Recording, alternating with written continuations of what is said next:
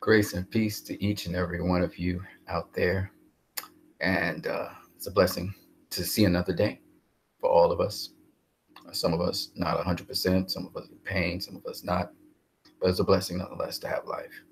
So, grace and peace to you guys. Let's get into what we're going to talk about. As you can see, we're going to talk about spoiler talk about Aquaman. So, any and everything can be spoiled here. First of all, though, I want to get into screen share for a minute. You guys can leave your comments in the chat section, and comments in the chat section right over there. Don't forget you can donate to my channel simply by going via Western Union, MoneyGram. Just talk to me. I'll give you the details of what you need to get to donate to me. And then you will trade off your details of what you had to give me so I can get the money. All right. Peace to you guys. Let's get into it. So the first thing we're going to talk about here, the very first thing we're going to talk about here is scripture, because you know your boy don't play with scripture. Let's get into that.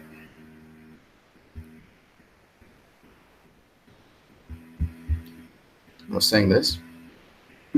Psalms chapter 9 verse 1 and 2 says, "We will praise you, O Lord, with our whole hearts. We will show forth all your marvelous works,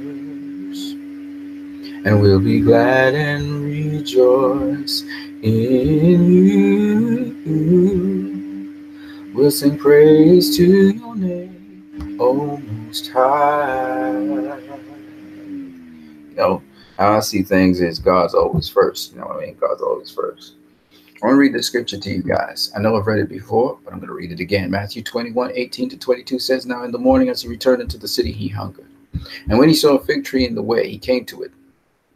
And he found nothing thereon but leaves only, and said unto it, Let no fruit grow on you henceforth forever. And presently the fig tree withered away. And when the disciples saw it, they marveled, saying, How soon is the fig tree withered away? And Jesus answered and said to them, Truly I say to you, if you have faith and don't doubt, you shall not only do this which is done to the fig tree, but also if you say unto this mountain, Be removed and cast into the sea, it shall be done. And all things whatsoever you ask in prayer, believing, you shall receive." This is strong language, very definitive language. It is not something subject to interpretation, mind you, and it is very, very true. This is what I want to apply to you guys today. I keep on challenging each and every one of you today to ask the Lord for things which are impossible for human beings to do, so that he would show forth his work, but not in the context of showing forth his works for your benefit alone, but that you can show the glory of God through the situation. And that's the whole point behind it, for people to see who God is, how good he is. All right, let's get into what we're going to talk about today, which is Aquaman and the spoiler talk. And the first thing I noticed, I'm going to take different spots in the movie. In the third act, you know, in that culminating act, Aquaman actually does this with Mera. Now, Mera initiates everything and pulls Aquaman in and gives him a kiss. But the point is, Mera and Aquaman, literally, this iconic pose where Mera's legs kind of up, floating in the water, Aquaman's kind of holding her like that, and she's kissing him like that. Literally, that iconic pose was captured in the movie. And this is literally from an actual comic book, Mera and Aquaman. I believe this one is... I don't think this is the new 52. I think this could be the new 52 Aquaman, as well as it may not be. But what is so cool about this is they struck that iconic pose in the movie, and there's a lot of places where literally they did some comic book accurate stuff. So in the movie, we actually saw that actual scene, which is this right here. Aquaman had his trident, and they literally showed Mera and Aquaman sort of fusing together as one, as a team. Some people thought it was out of timing. Some people said, well, people are dying while this is happening. There's a war going on. But if you do recall, Mera says, look, Aquaman, you need to chase after Orm and stop him. And we got to stop waging war against the other people, because, you know, a lot of people are getting hurt. So that's what she said before coming to Aquaman. And Aquaman's like, man, I don't think I can take on Orm. I don't think I can defeat him. And she's like, you don't need to defeat him in the sea. You know, take him up on land, your territory, and fight him there. I thought it was pretty clever, pretty smart on Mira's part. Again, Mira giving Aquaman a lot of advice, helping him, saving him, etc. in this movie. A lot of times just assisting him in big ways and pushing him along as well towards his destiny. So she was integral in helping him to become Aquaman.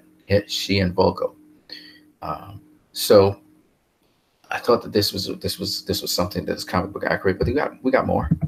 So Orm, the look of Orm, also the gear of Orm, the attitude of Orm reminds us a lot of Orm in the comics. Now Orm is a very intense kind of guy, and this Orm was also quite intense. I really enjoyed Orm as a character because Orm's motivations for doing various things, and even his anger towards, say, for instance, Arthur Curry, all stemmed from his mother. He had suffered loss of his mother, and he believed that it was because of Arthur Curry and the discovery that Atlanta had a affair outside of a betrothal and produced this, what we would call today a bastard child, which would have been Arthur. She was fed to the trench, right, and annihilated as far as he was concerned. And so, even so, he was willing to excuse that from Arthur, even though deep down inside he really resented him. He didn't want to kill Arthur. But Orm's motivation for becoming Ocean Master was that he was tired of seeing the surface dwellers pollute the oceans, harm the animals, literally bring harm to his kingdom. And he wasn't the only one. Also, King Nereus, as we learned very soon, he also sided with him, even though King Nereus knew that this could have been something's off with what happened when the submarine attacked them. How the submarine, first of all, find them, and then how they attack him. You know, and Mira was like, this is not a hoax. And then King Nereus, of course, says, look, man, look, these guys got it coming to them. Okay, so Orm, physically speaking, and even in terms of the costuming and everything, he literally is ripped from the pages of comic book. So this is Orm here, the New 52 Orm, and literally this is the New 52 Orm that we're looking at. Down to his trident, there are minor changes in the trident and stuff, but down to his trident and stuff is Orm. Okay, and what I like about this, you can see that Orm here, he's very menacing. Okay, but he's very calculated at the same time, as he takes counsel from Volko. And in this movie, the actor pulls off something very difficult to do, which is, this costume is a sort of extreme costume. It's extreme in terms of he looks like a fish, but the cool thing about this is that Patrick Wilson has already played President of the United States in Batman v Superman. He also played Night Owl in Watchmen, so he's used to this kind of costuming, and so he really pulls off this threatening Orm who's very calculated at the same time. And of course, the CGI was just fantastic in this movie, and his costuming is just elaborate. And so not only is the look of Orm very much like Orm that we've seen in the New 52, but also, and not so much the original Orm, but the Orm from the New 52, but also we see that Orm has depth. He has character. He has some gravitas to him.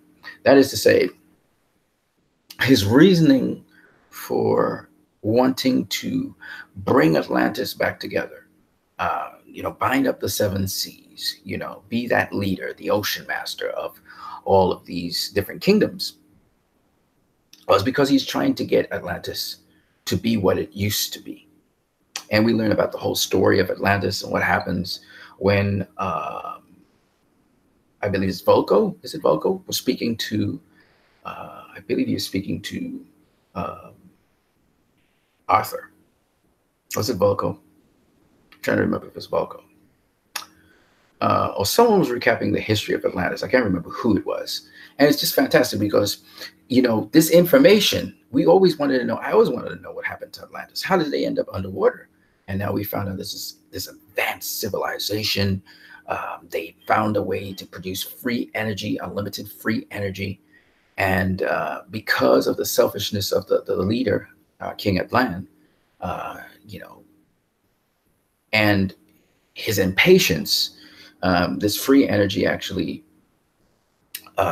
destroyed Atlantis, and parts of it went down into the sea. But because the energy was so high, they were able to, this technological society was able to survive underwater and breathe underwater, because with this explosion, it transformed a different Atlanteans. But then the kingdoms separated themselves because King Atlan got exiled.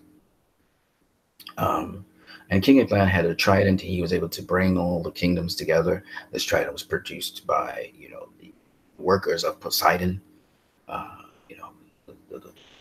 steel makers and stuff like that. And so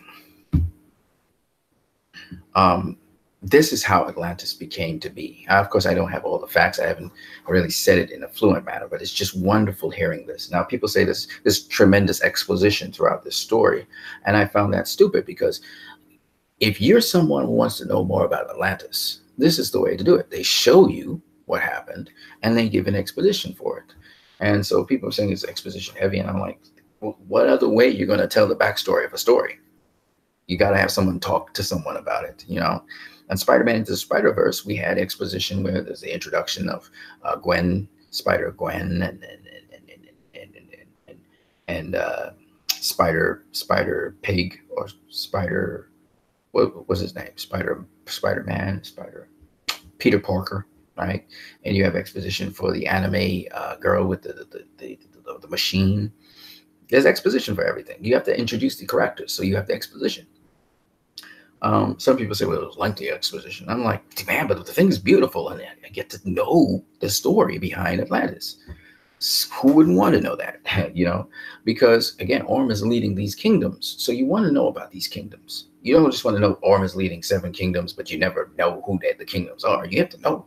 And the introductions to me were short and to the point. It was very quick. So I enjoyed this movie, and Orm, again, it looks like the classical Orm, but he also behaves like the classical Orm.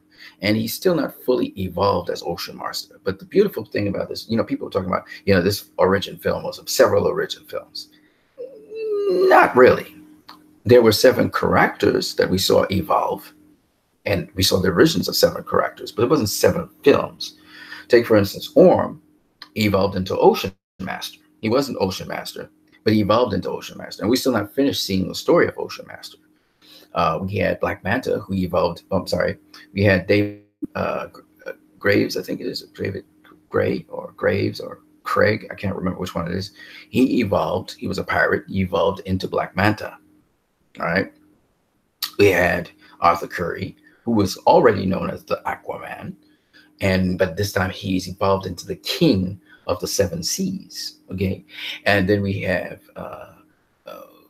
who else do we have? We don't have any other origin stories, do we? No, we don't have any other origin stories. So those are the 3 major origin stories in the whole thing. And it's the origin of the characters, we don't have any other origin stories. Atlanta and Thomas Curry, we see there how Arthur Curry comes to be, right? We don't find out how Orm comes to be, but we kind of can insinuate, okay, well, Atlanta went back to the king of Atlantis and had Orm. Now, the whole point behind it is that in this movie is basically 2 things. There's really nothing else to this movie. This movie is about Aquaman becoming king of the 7 seas. And he does, and the reason he needs to do so, because people are saying there's no motivation, the reason he has to become king of the 7 seas is because he has to stop Orm, who wants to become Ocean Master, who would be the ruler of the 7 seas as well. Both of them. Orm wants to bring the kingdoms together. Arthur does not care about Atlantis or anything that has to do with the sea, but he eventually does that. And it's sort of like Darth Vader, who had to bring back the Force into alignment. Aquaman reminds me a lot of that kind of story because Aquaman is not really a hero. He's an anti-hero until he becomes a hero. Anyway, so suffice it to say, Orm, his motivation for wanting to become the ocean master is because he believes that the surface world is antagonistic to them and it's time for them to take it to the surface world. And he uses an act of deception to get the alliance of King Nereus so that he can then proceed from there to gather all the armies together. And he does not really care about, any of the kingdom who thinks they are diplomatic, or he's not going to use diplomatic means. He uses force. Now, Orm reminds me a lot of Donald Trump and the way how he proceeds doing things with force. He's not really looking for diplomacy. He's looking to take over and then carry out his agenda. And we're not saying that Donald Trump doesn't have some grounds for what he's saying. And he may even make sense. It's just the way how he proceeds doing things, which is very much what it's not. Again, it's not what you do. It's how you do it. And in this case, it's how Orm proceeds to carry out his agenda. And there is ethics that are thrown out the window. And he has a certain nobleness to him, but at the same time, he's not very ethical. But he does have a case where he talks about his mother, and you can see he's very much attached to his mother. He's very bitter about it. But now, with Aquaman, but he puts that aside to say, you know what, Aquaman, look, I'm going to give you a chance because I don't want to really kill you. Go back to where you came from and never come back here again. So he tries to give him a chance. But it's interesting because King Orm sees Aquaman as a half-breed. And this goes to racism. Literally, this is racism and genealogy here. Orm thinks of himself as a purebred. Now, racism is built on that. The Aryan race, the white race, is a pure race. You want to keep purity of that race. And back not too long ago, it was very overt where, if you were just a percentage of some other race other than the Aryan race, you were considered colored. And we've seen that at apartheid. We've seen it with so many other things. And Aquaman, the crux of Aquaman, is that we're dealing with a half-breed. And the reason that it's beautiful, they're trying to show the diversity of this guy because he knows about the surface. And now he's getting acquainted with the sea.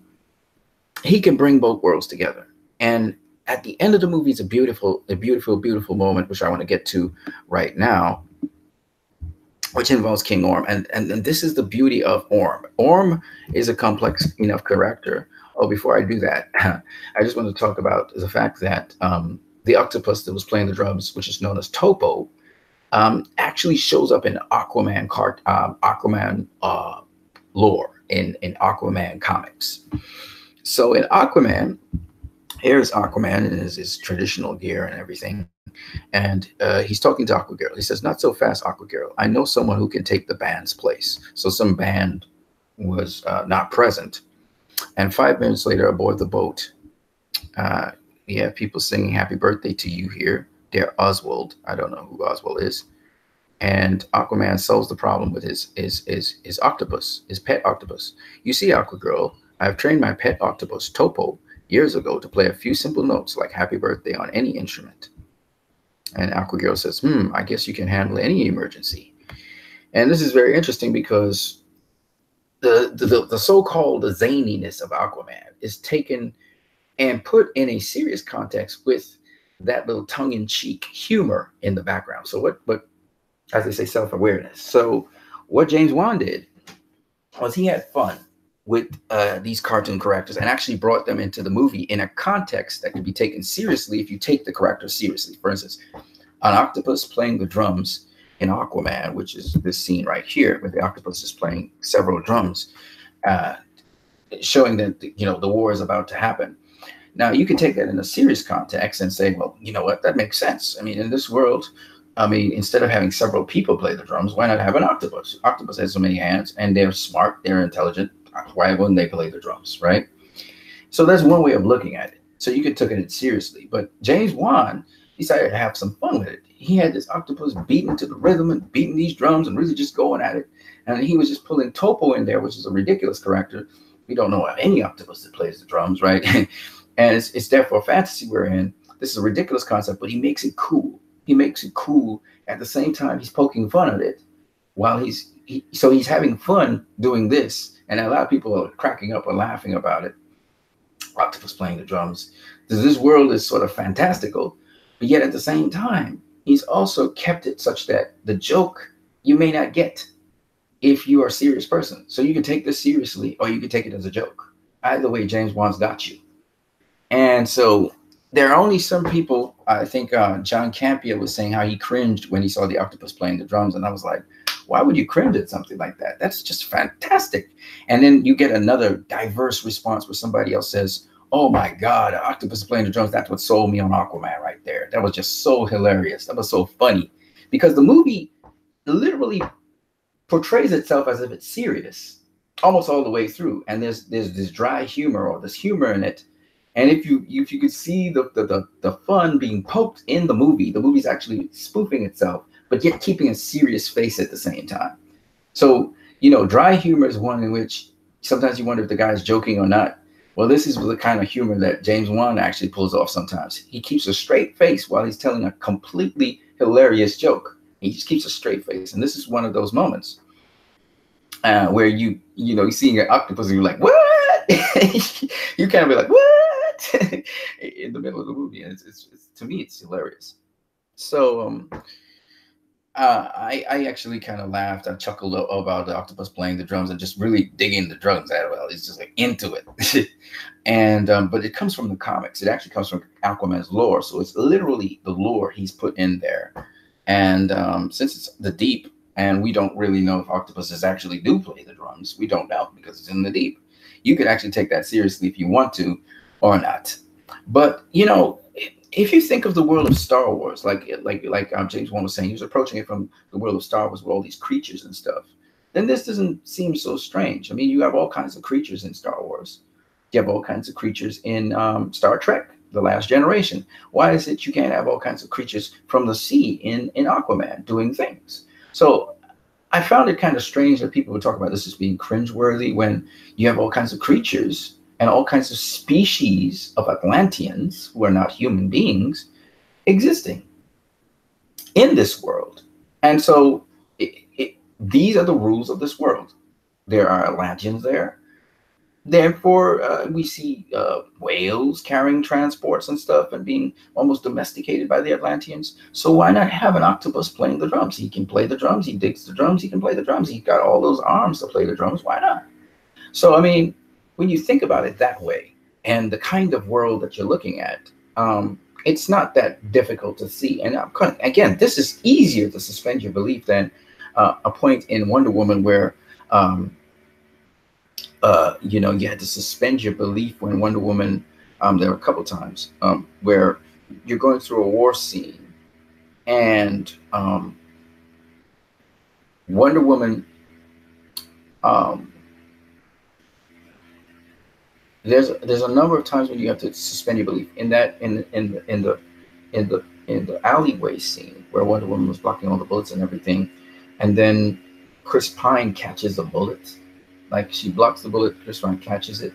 Like, you don't catch a bullet. The bullet would go through your hand. You know what I mean? So it's like those kinds of things that, suspension of belief, and it's for humor and comedy where you see like things like, the guy, they all kind of, in Wonder Woman,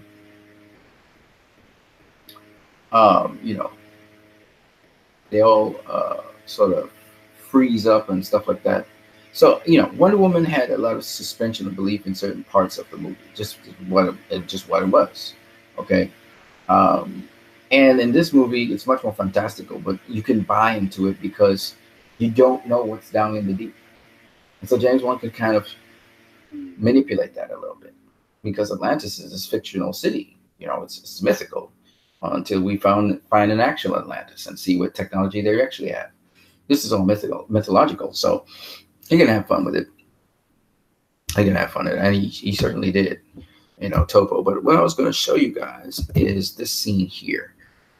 And this really showed the depths of King Orm. When he saw Atlanta was alive, and she came back and she was talking with him.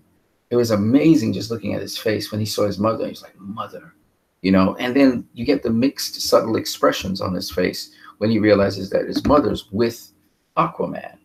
She was like, you're with him, and she talks about how he saved her. And she tries to explain to him that they're not two worlds, but there's one world. And, the sea and the land, they are one world. So she tries to explain that concept, which is why Aquaman, or the king of the seven seas, he is Aquaman. He's the king. And Orm looks at her, and you can see he's in disbelief, but yet he's so happy to see his mother is alive, because that was one of his motivations, was that his mother was killed. And he blamed, Aquaman for that. And now he sees his mother's alive.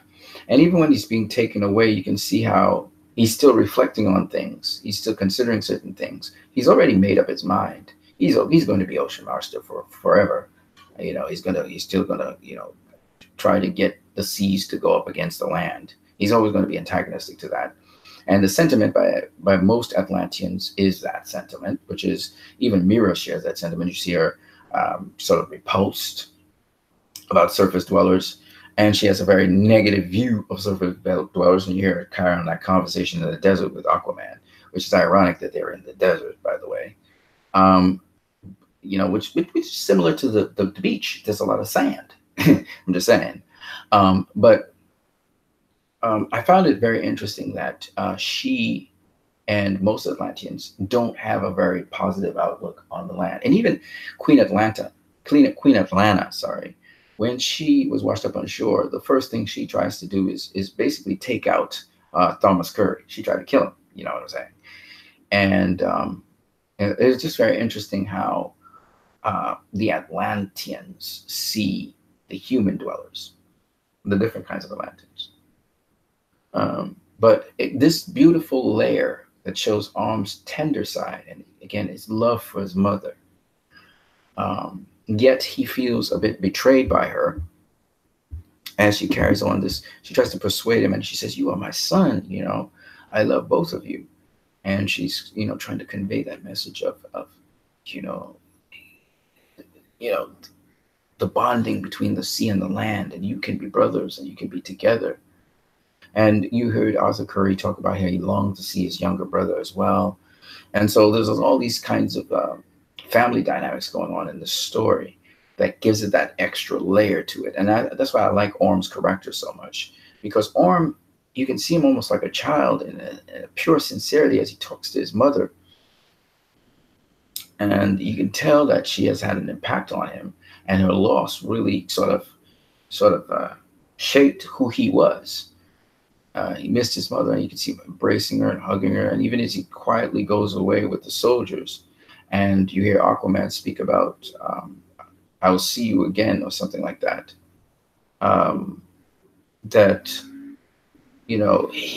There's some layers to this guy, and there's certain things he's still trying to work out.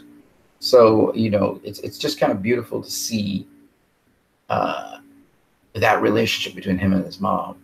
I think that shows, that's why a lot of people said he's not really a true villain in this movie, but I think he is a true villain in this movie, and I think he's going to continue the villainous way. I think he's already, what's ingrained in him is ingrained in him, and that's just what it is. But I think that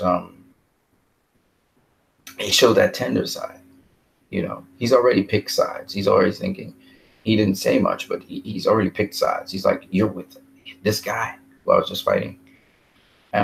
So I just thought that I would talk about that when you're looking at Orm. Again, you guys can leave your comments in the chat section. I'm going to just check out you guys in the chat section right now and see what you guys have to say before I go into some more detail on the spoilers of Aquaman. And you guys can also contribute as to what you thought was interesting about the spoilers of Aquaman. So when you talk about Aquaman's box office, it's really interesting. I mean, over the weekend, it has grossed overall, or it's the projections for the weekend, and not, we're talking Friday to Sunday. not the extended weekend that goes into Christmas. It's already grossed over 483 million worldwide. And even more interesting than that is this little point that I have here for you guys to see, which is that when it comes to China,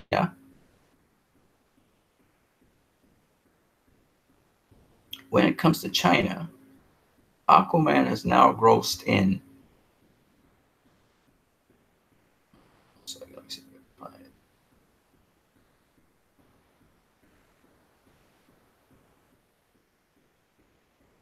it. So it should be somewhere here.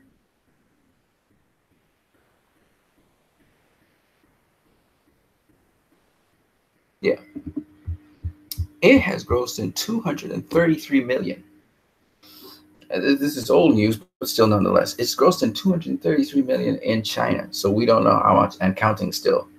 So it raked in a huge ton of money in China. And we'll see if China's domestic is going to be higher than the North American domestic when all is said and done. That would be interesting to see if China blows out North America, or if the converse will happen. So that's an intriguing thought right there. But that's some good money. I mean, and here's another interesting fact here that you guys need to know. As of some while before this, okay, a while before this, Aquaman passed Captain America's Civil War in China. So this was a couple of days before this. This was on the 16th. Today is the 24th. So that's 8 days ago. Its 10-day release landed it at 189.2 million. Now it's 233 million. So it moved ahead of Captain America Civil War in its 10-day release. Okay. It was at that time quite far behind Avengers Age of Ultron. Now it's roughly 6 million away from that. And that's third place. And then Infinity War, which is 395 million, or 360 million. I don't think it'll catch that one. But Venom, which is at 270.2 million, China really loved Venom. It may chase down that and catch it. So it may be at the number 2 spot, or it may be at the number 3 spot. We'll see if that happens at the end of Christmas with China. But China really enjoyed this film, and that really gave it a huge boost. It is the highest grossing Warner Brothers film in China ever. And that's just remarkable in and of itself. And so we'll see how high up it goes in China, because we're talking about it's the 4th highest grossing Chinese film of all time in terms of comic book movies. Not even Black Panther, not even Wonder Woman has done so well in China. Could be because James Wan has an Asian background, but I think people just literally love this film and have been watching it multiple times. James Wan did say his type of story is very much similar to the Asian bedtime stories that the Asians would give. It's kind of horror bedtime stories. So it could be that he's using that style, and because he's using that style of storytelling, that the Chinese and the Asian people are really loving it. But somebody was talking about how James Wan would be perfect to direct Dragon Ball Z, because he's able to make really cool, some really zany and ridiculous things, which shouldn't look cool at all. Even Aquaman dressed up in this uniform and this costuming looks awesome. It looks incredible. And, it's a wacky costume. You know what I mean? It's a wacky costume that they made cool. I mean, New 52 tried to make it cool, but it still wasn't as cool as Jason Momoa's Aquaman. You know what I mean? So I just say this to say that, performance-wise, this movie is doing exceptionally well, performance-wise. And, you can't ignore that. You can't ignore how well it's doing at the box office. So I wanted to share that with you guys, as well as share some other information in the spoiler review here, my spoiler review of Aquaman. So there are a number of different things, like I said. Orm wanted to take over the service, which means he was trying to bind the different kingdoms together. Aquaman was trying to stop him, and in the process, he became the king of the seven seas, which you had to be to defeat Orm. So that's basically the story of Aquaman. It's a very simple story, and everything else fits into that. And Orm used a deception strategy using Black Manta. He wasn't known as Black Manta at the time. He was just a pirate, well-skilled, trained pirate. And because Orm was using the group of pirates to get the submarine to launch the sub against the Atlanteans, so they would side with him to attack the surface. Aquaman comes in and saves some of the passengers of the sub, which Black Manta and his father were mercilessly killing. And in the process, Aquaman, in the midst of the battle, was able to sort of stop them from doing so. But in the process of doing so, the father, who tried to kill Aquaman, but it backfired, and it literally, the damage done was pinned him down on the ship.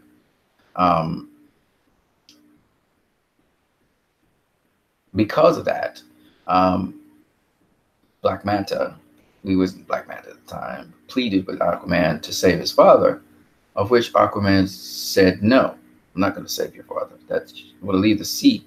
Are you at the mercy of the sea? And so Black Manta has this hate towards Aquaman, a resentment towards Aquaman, and he's willing to execute, to try and destroy Aquaman, who Orm can't reach. And the reason Orm can't do that is because he's busy trying to govern the seven seas. Okay, he's trying to pull together all these different kingdoms, and he also can't do that because even though Aquaman is an outlaw now, and Mira is as well, it's not in his best interests as leader of Atlantis go chasing down him. Okay, I think it's something to do with legality as well, like waging war with the surface. You can just wage war with the surface. It's in a warning shot, but you can wage war with the surface as well. But you saw that Orm was able to raise up tidal waves and slam ships into shorelines very close up and get tsunamis going. And Aquaman realizes the threat that's happening to the Earth, and he has to try and stop that, which is why he even accepts the crusade when he realizes that the land is already being attacked by Orm. And so you see that Black Manta now, who is really, he's been working for Orm on contract. Black Manta, he's born when Orm gives some technology to him to be able to hang with Arthur Curry, because Arthur Curry is, of course, a lot more powerful than Black Manta. Black Manta, you clearly see it. He's taking flame across the room. So you got technology, which is Atlantean, which could actually hurt Aquaman, penetrate his skin, as well as he got some prototypical technology, which he converted to make a suit. And he took the plasma gun that he got, and he converted it into the typical Black Manta suit. So he had, what he got was Atlantean armor and Atlantean weaponry, a gun and an armor. And he converted the armor, he modified the armor into a suit. And again, I enjoyed the short little rundown explaining how he did that. And they played it to 80s music, which was very funny. But a lot of 80s music actually was playing in this movie. And what was interesting is that even when Pitbull did the song, you know, From Ocean to Sea, which was pretty much on the nose, I think some people didn't like the Pitbull music when they were coming out of the ocean, but I got it. I understood. It was very, very obvious. The music was very, very obvious. And I think, again, James Wan just having a little fun with the movie, but not to the extent where it's obvious humor. You have to get his humor. It's very straight-faced humor. James Wan did. It's very clever how he did this humor. It's a straight-faced humor. And so that was very enjoyable. By the way, you can leave your comments in the chat section. Taking a little time out to talk with you guys about movies. So you can leave your comments in the chat section. Also, you can donate to my channel. Don't forget you can donate to my channel. This is a live stream. I did not put review of Aquaman because I thought that This is more of a discussion than a review. If you got any questions, please feel free to say them in the chat section. Let's discuss this movie, man. It's more of a discussion than it is a review. So bring it so that we can discuss it and so on. I would love to do that with you guys. So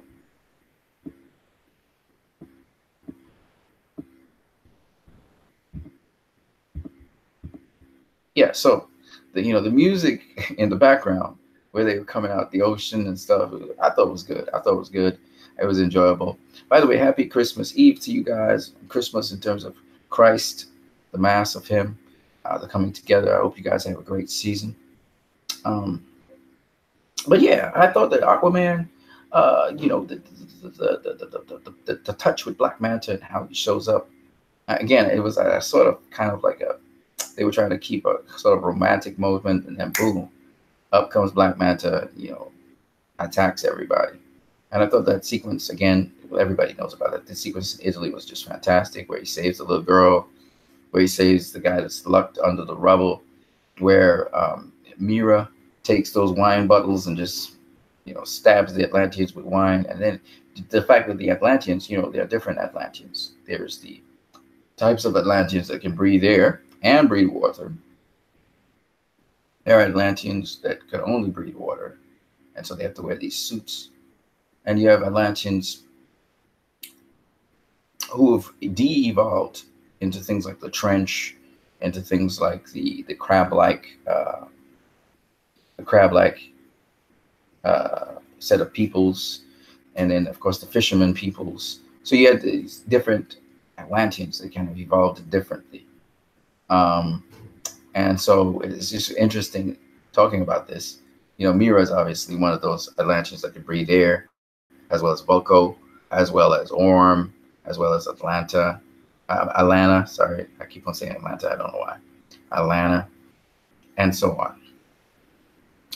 But to me, what was most interesting about this whole thing is the fact, like I said, in the story, where Orm, has a layer to him. Black Manta, he has a reason to want to seek vengeance against Aquaman. It's pretty much the same reason that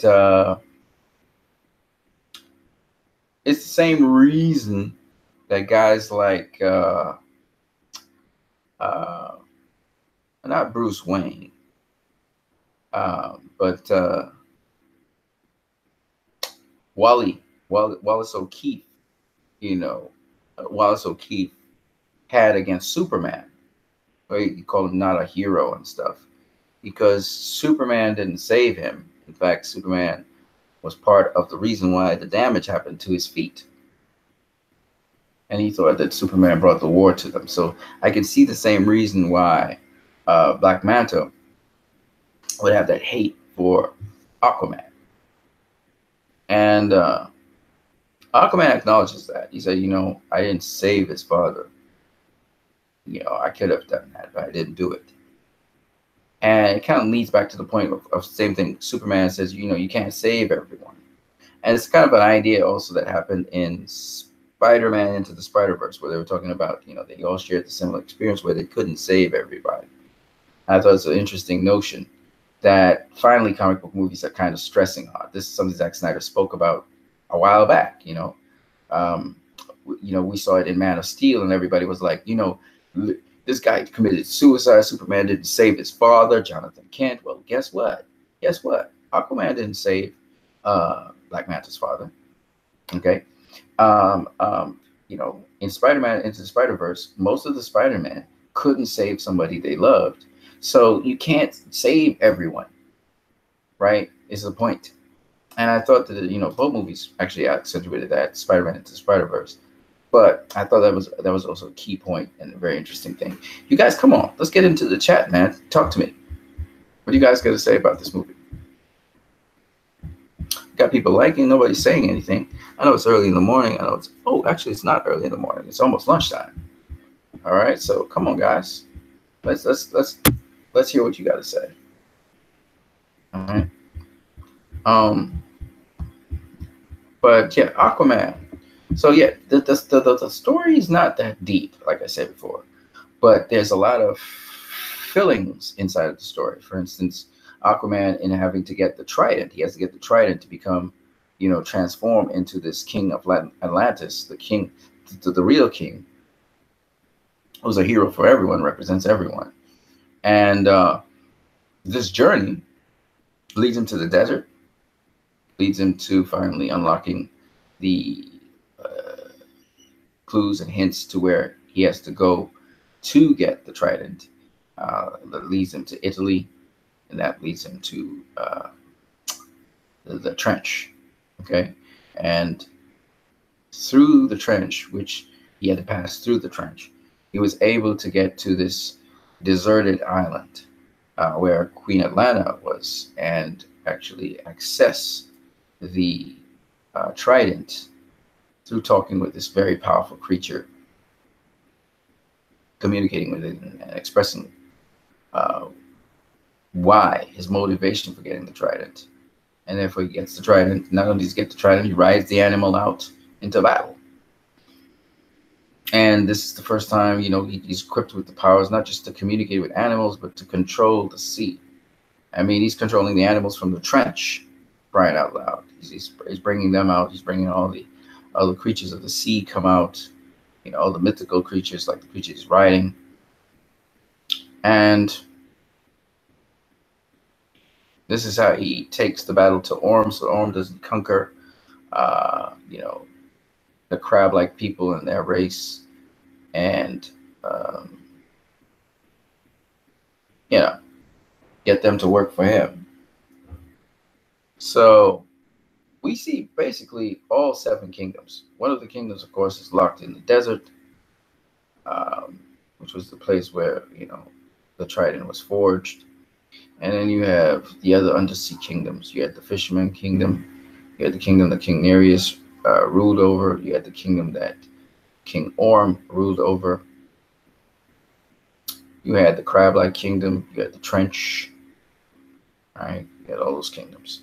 So I thought that this movie did a great job of introducing us to the different kingdoms, sending us through all these different clues and hints. So it was like a treasure hunt.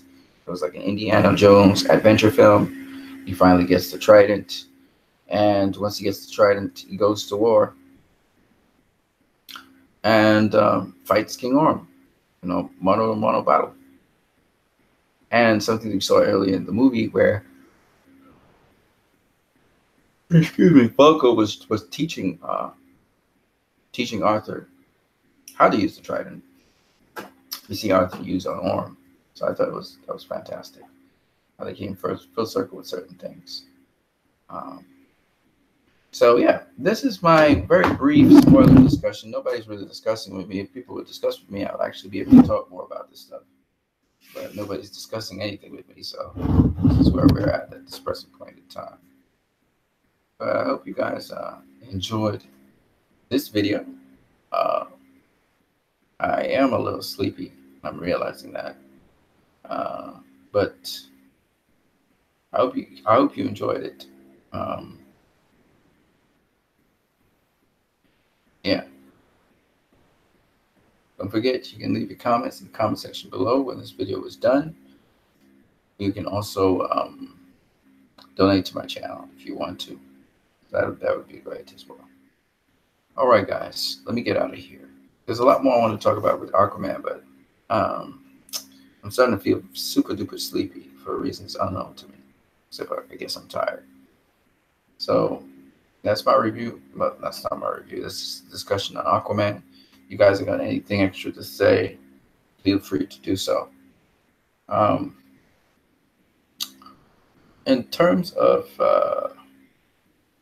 crazy, that people are calling Aquaman crazy, I don't find the movie crazy at all. Excuse me. I'm sleepy. I just think that you have to accept certain things about this world. When you do so, you're fine. Anyway.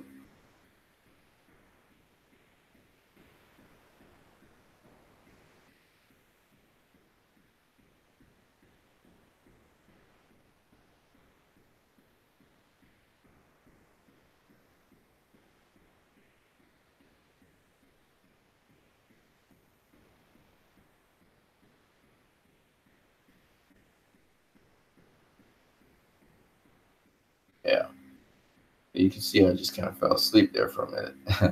So I just got a power failure, and I'm feeling very sleepy. Sorry about that, guys. So if you guys got nothing else to say about Aquaman, I'm gonna peace out here. And remember, man, God's in control of everything. Put Him first in your life, and let Him lead you. All right, guys. Peace.